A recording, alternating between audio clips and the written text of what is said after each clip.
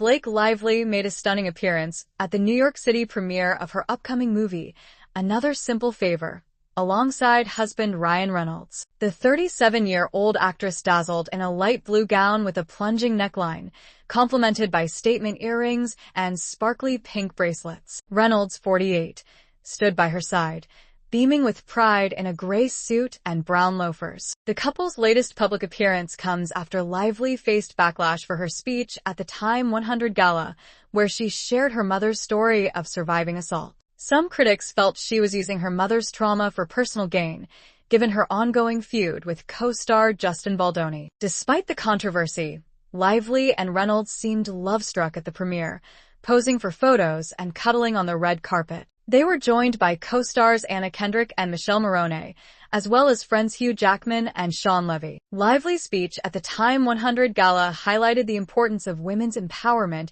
and the need for support in the face of trauma. However, the timing and context of her words have sparked debate among fans and critics alike.